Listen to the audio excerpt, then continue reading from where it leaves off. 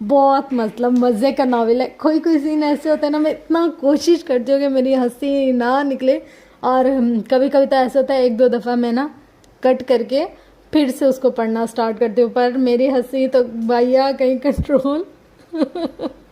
یار ہیری کی کتنی اچھی جوڑی بن گئی. یار یہ رائے میں نا بڑا کوئی اچھا بندہ ہے نا یار. اچھا کتنے خوبصورت مطلب رائٹر لکھتی ہیں. مجھے لگتا ہے یہ جو رائٹر ہے حسنہ حسین, ان کو بچوں سے بہت پیار ہے.